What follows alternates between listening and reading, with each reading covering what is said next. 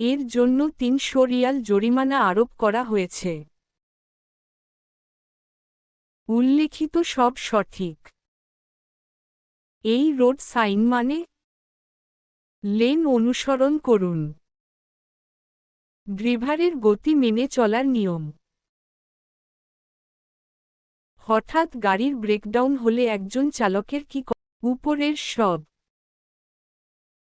নিরাপদ বাক জন্য শর্তাবলী।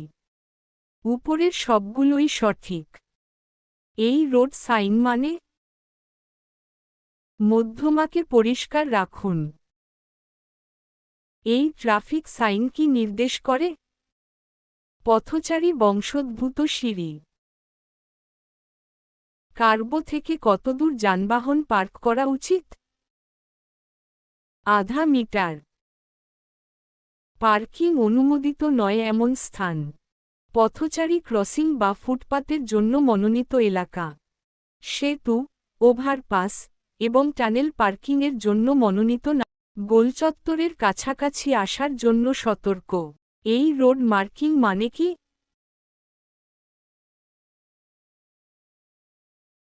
এই ট্রাফিক সাইন মানে সতর্ক, রাস্তা বাম থেকে সরু।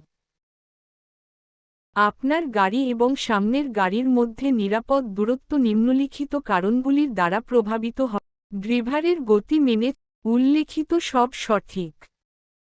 গাড়ির ছবিতে কার পথের অধিকার আছে? ২। এই রোড সাইন মানে কি?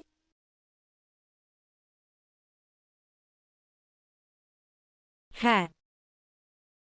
ওভারটেক করার সময় ছোট যানগুলো বড় যানের দিকে টানা হয়। সিটবেল্ট কাজ করে। এই রোড মার্কিং মানে কি? যখন আপনি গোলচত্বর থেকে ড্যাশবোর্ডে এই সূচকটির অর্থ কি?